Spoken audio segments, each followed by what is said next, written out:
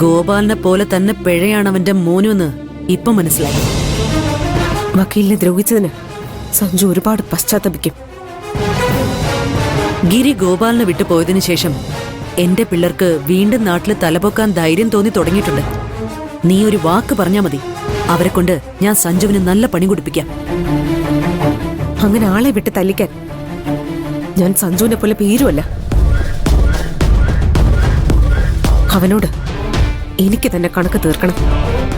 വക്കീലിനെ കിട്ടിയ ഓരോ അടിക്കും 2 എണ്ണം വെച്ച് എനിക്ക് അവനെ തിരിച്ചു കൊടുക്കണം.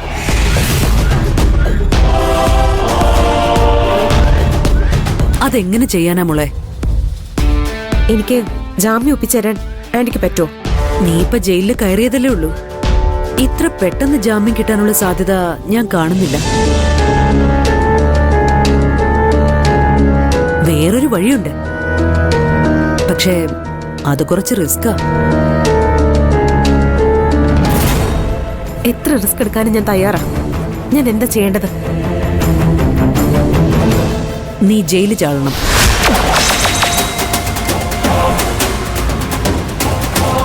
അതൊക്കെ നടക്കുമോ?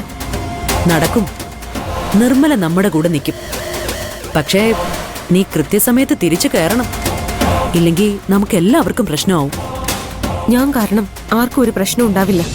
പിന്നെ പുറത്തു വെച്ച് നീ പിടിക്കപ്പെട്ടാൽ നിന്റെ മീതെയുള്ള കേസുകളുടെ കൂട്ടത്തിൽ ജയിൽ ചാടിയ കുറ്റം കൂടി ചുമത്തപ്പെടും.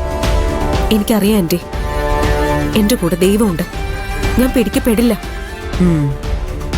ശരി, നിർമ്മലയോട് ഞാൻ സംസാരിക്കാം.